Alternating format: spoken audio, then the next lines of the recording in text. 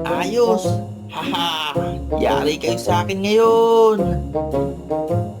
Sumuko ka na habang may oras pa, Guren.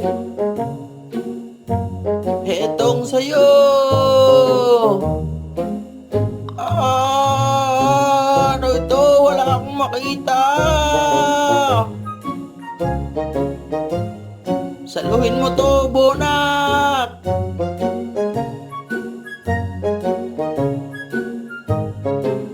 Paring Ricky, ano nangyari sa'yo?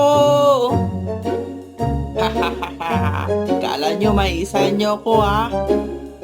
Yan ka lang, Ricky. Ipaghihiganti kita kay Guren. Ikaw naman ang bibigyan ko ng pagkakataon para sumuronder, Noah.